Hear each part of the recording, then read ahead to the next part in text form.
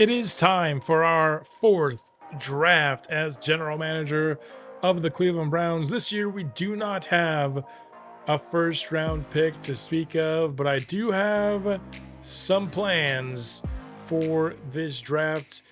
At the end of last episode, I detailed some of my favorite players that I think are worthy of trade up opportunities. Let's just go kind of who was projected to go first to last year, starting here with Max Fletcher, who in mock drafts is projected to go kind of in the early to mid 20s. He's a really good athlete at the tackle spot and a very well-rounded skill set to boot. Only one C on his repertoire. Really good size. 22 years old is pretty fine. But I think he's just going to go too early. I think mock draft 5 had him going at 23. Our first pick is at 55, and it's the only top 100 selection in this class. I'm just not sure we can get up ahead of 23 in this class. We took tackle with a high pick last year, and yes, it was normal dev, and that stings. But I just don't think with the limited resources that we have this year, the tackle is the way to go. So that leaves kind of the other three that I really like in this class. Let's go with Pete Starkey. He's probably going to go somewhere in the 30s, and that's about as high as I could possibly imagine trading up in this class. He's a guaranteed solid round one talent with sub 4.5 speed at the tight end spot. His really only weakness that you can think of is that C short route running isn't great for tight end, but it's also one of the easiest and most consistent upgrades you get at tight end, and an F stamina is unfortunate, but especially early on in his career when he's just going to be a tight end too, I think that won't come into play much. And I think he'd be a great guy to get into tight end sets in year one and be the eventual replacement for Njoku when his time with the Browns is up. Next up is one of two receivers, the first being Lamar Harding. He's the older player at 23 years old, but I do think he's the slightly better player of these two receivers. A little bit more athletic here, solid round one talent. The other guy is younger here in Orlando Allen, but you sacrifice a little bit of the athleticism to get that age. And then last but not least, Xavier Underwood here. I think we could really use a defensive tackle. Daniel Gibson has no interest in re-signing, and while he's a high enough overall that we could try to bring him back anyway, it is something that as this team gets really expensive, we'll have to monitor. And so I think not only getting another defensive tackle for the rotation, but kind of along the same lines of Starkey, being able to have a replacement ready, and even the receivers being able to eventually replace Jerry Jeudy. That is the game plan. I'm pretty sure we can get one of these guys pretty easily, but is there a way we could possibly get two? And that is my goal here for this class. The left tackle Fletcher here did not go at 23 like he was projected to in mock draft 5. I like that it's not as reliable as it has been in games past. And so if Max Fletcher lasts to 32, I think we could consider trading up for him at that point. And he goes 29. I was willing to trade up as high as the 30s, but anything above that just seemed a little too rich for our blood, and he goes the pick before the 30s begin. So no trade up into the first round this year. It would have been a steep price, and we're not going to have to pay it.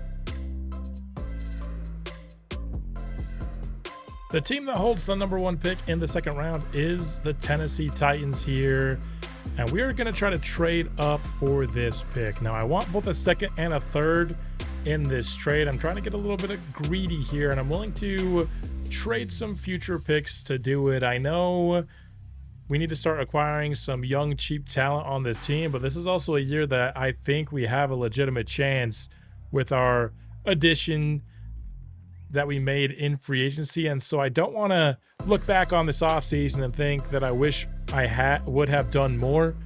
And so I'm going to try to trade up here.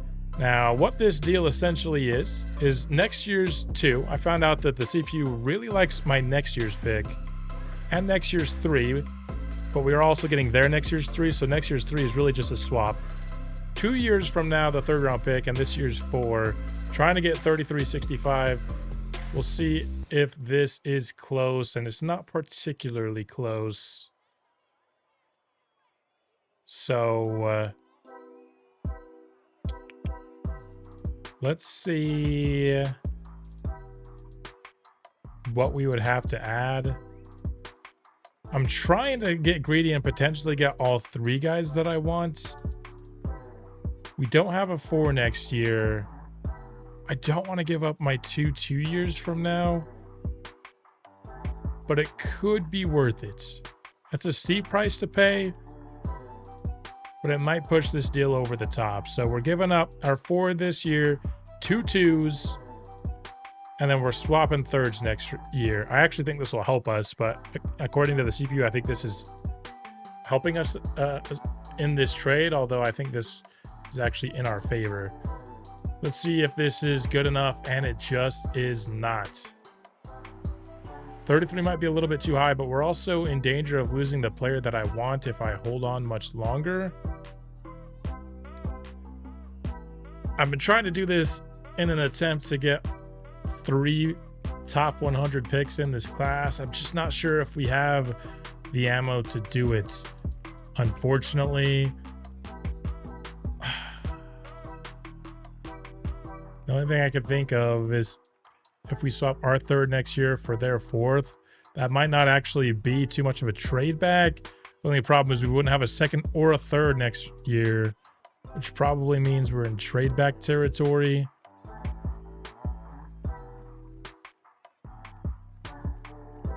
I'll offer this, and if it's enough, it's enough. If it's not, then we're going to move on, and it is not enough. All right, so I've given up on trying to acquire pick 65. Let's try this instead, and it's very close this time. I think if we add the 4 2 years from now, we might have a deal here. Oh my goodness, they are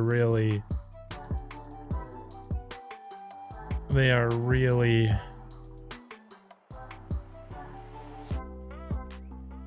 making us work too hard for this.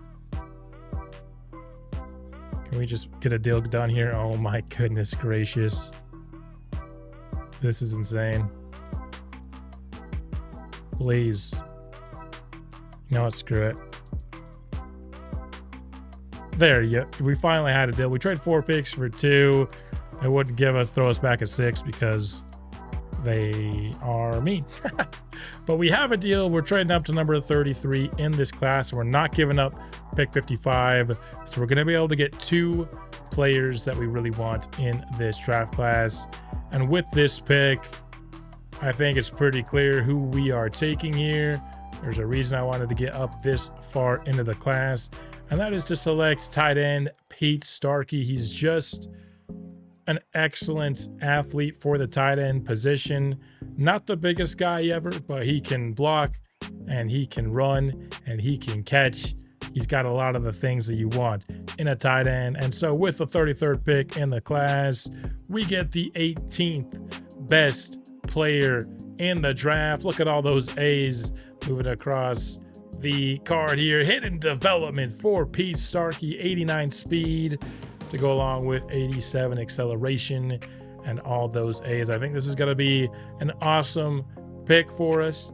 Somebody who can contribute in 12 personnel and can eventually take over for David Njoku.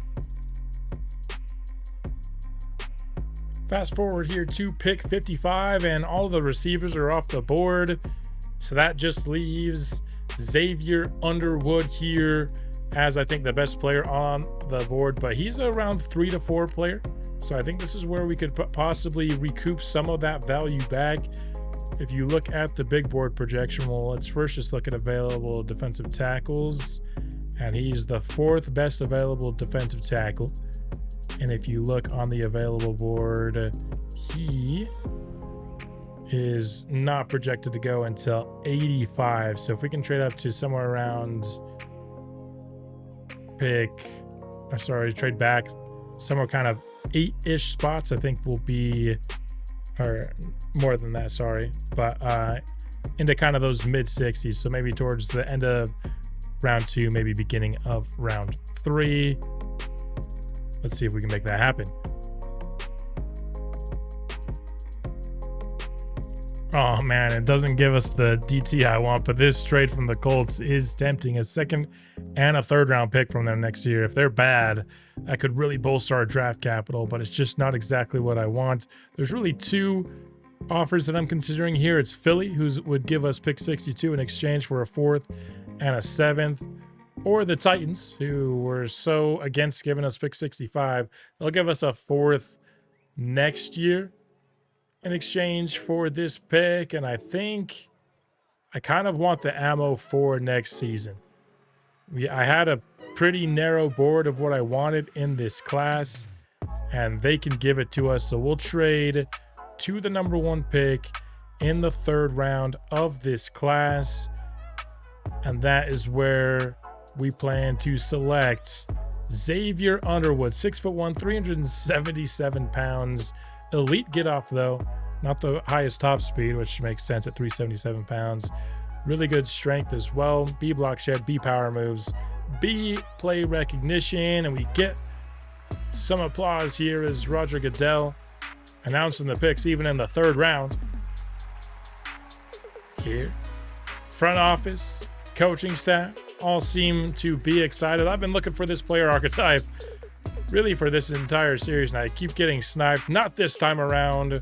We get our man, the 48th best player in this class. We got him at pick 65. Normal development, unfortunately, but 88 acceleration at that size, 93 strength. I think even with the normal development, he's going to be a good guy to get onto the squad for the season.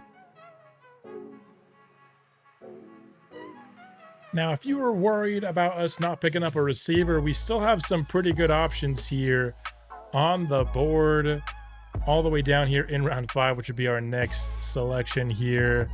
I do think I want to get some depth on the offensive line, but when you have a guy that you know for sure is around 1 to 2 talent all the way down here in the 5th round, even if he is a bit of a slot specialist, I think you just have to take it.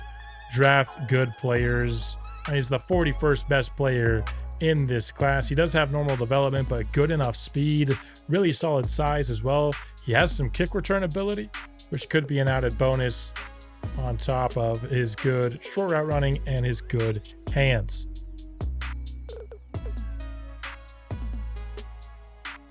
Now, like I said, we do need some additional depth along the interior of our offensive line, and Quan Freeman has some A's. He also has some things that don't look great, but we're in the 6th round here, so that type of athleticism, even on a 23-year-old, is something I'll take here in the 6th rounds. Get C+ here, but yeah, that's good enough athleticism for a backup interior offensive lineman.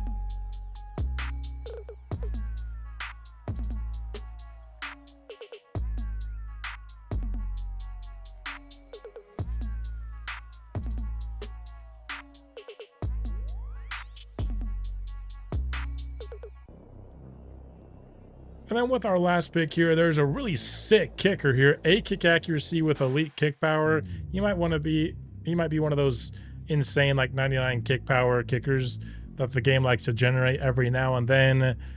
The Hopkins era in Cleveland is over. He is the 2nd best player in the entire class, and he does have 99 kick power with hidden development. Let's go. I've been holding on to Dustin Hopkins in hopes that the game would generate a kicker like this, and they did it just in time. Now it's time to see exactly what we pulled off here in the draft, starting off with trading up for Pete Starkey, who will come in as a 75 overall. I'm kind of surprised 65 run block was an A. I was hoping for a little bit more. The route running certainly needs some upgrading with him, but I think he'll be good enough just to pass by with his speed, I think, early on while he gets that route running up in time to eventually take over as our starting tight end. But he's definitely one of those new age tight ends. You don't see many tight ends this small, at least until, kind of recent history. But I think he's going to be awesome for us. Xavier Underwood, 73 overall here. He's going to have 79 power moves off the rip, 73 block shed. He's never going to be a guy who's going to have finesse moves starting out with just 48th, but that combination of 93 strength, 88 acceleration, 79 power moves is something that I think can get him on the field as a rookie in certain packages for us, especially I think base package. He could certainly be on the field for us.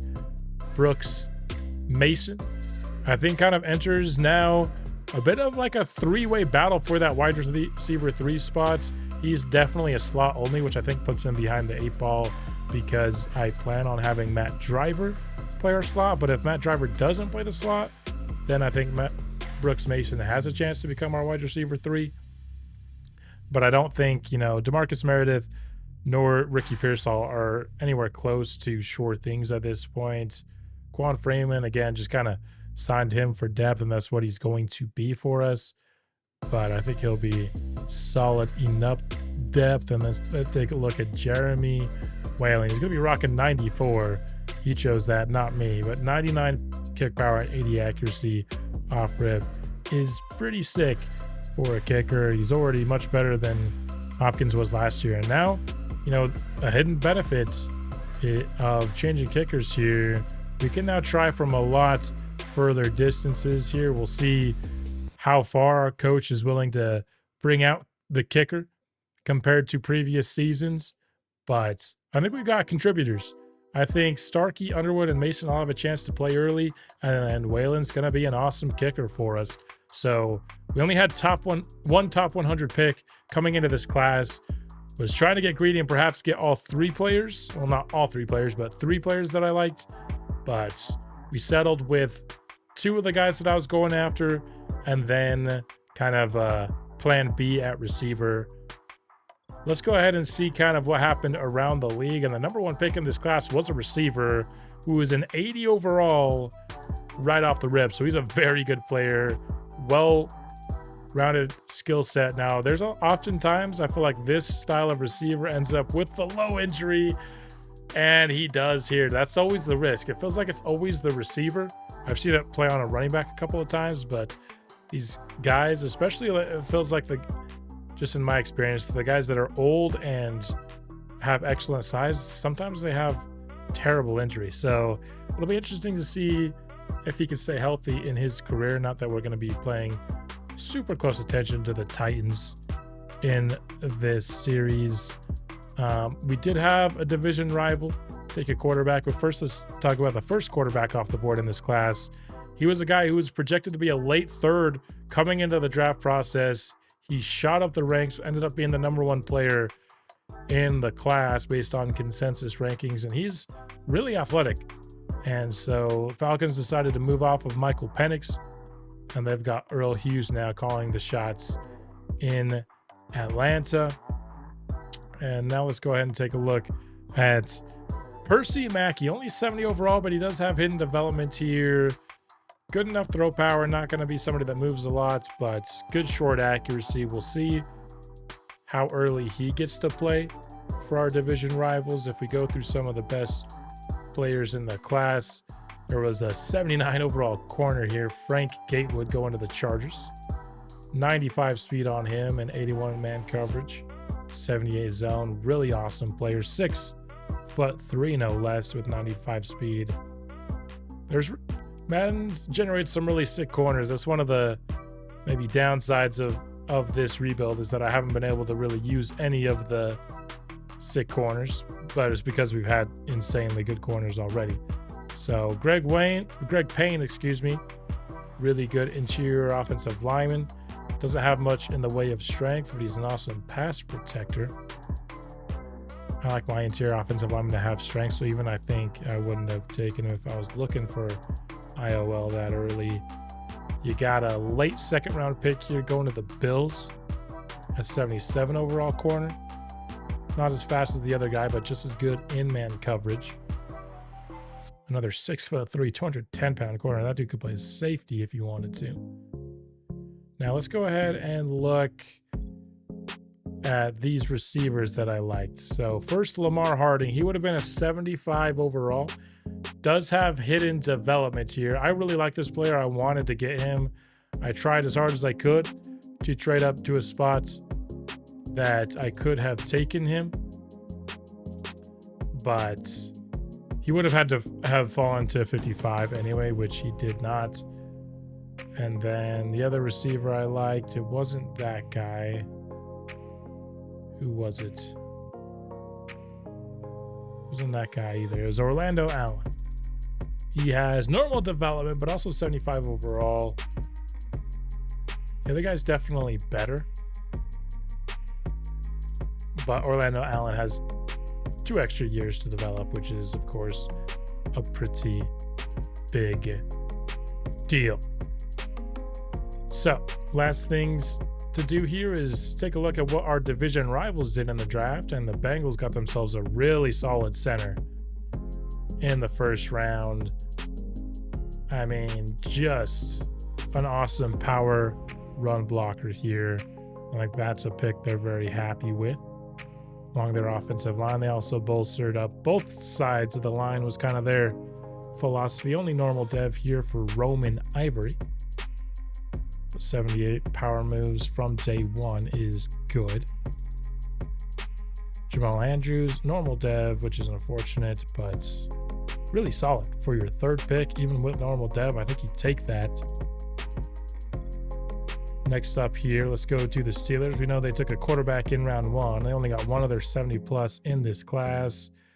Larry Landry, 71 overall, 21 years old. Great strength, but terrible speed. So he's an all-strength kind of guy. Run stopper only, but certainly can play nose tackle for that squad. And then the Ravens, they got 4 players at 70 plus overall. So that's a pretty good draft for them as well. Keenan Ross probably a little low for a first-round pick, you got to imagine. But they do get hidden development with him, which is always nice. They go into the secondary. I liked Chuck Parrish. I just wasn't going to take a safety at this range. And yeah, really solid athleticism. Stamina's low, but can cover both in man and zone, which is nice. It's a great end of round 2 pick. Lawrence Holmes, run stopping outside linebacker. Always tough to know kind of what to do with that style of player, I'd say, but still a solid pick for end of round 3. And then end of round 4 here, a 6'4" corner with 78 man coverage. That's pretty sweet. So our division did pretty good in this class. I'd say probably the worst draft in this division was the Steelers, but if that quarterback ends up being good, then that's always going to be a good draft. And that's going to wrap it up here for the offseason for the Browns.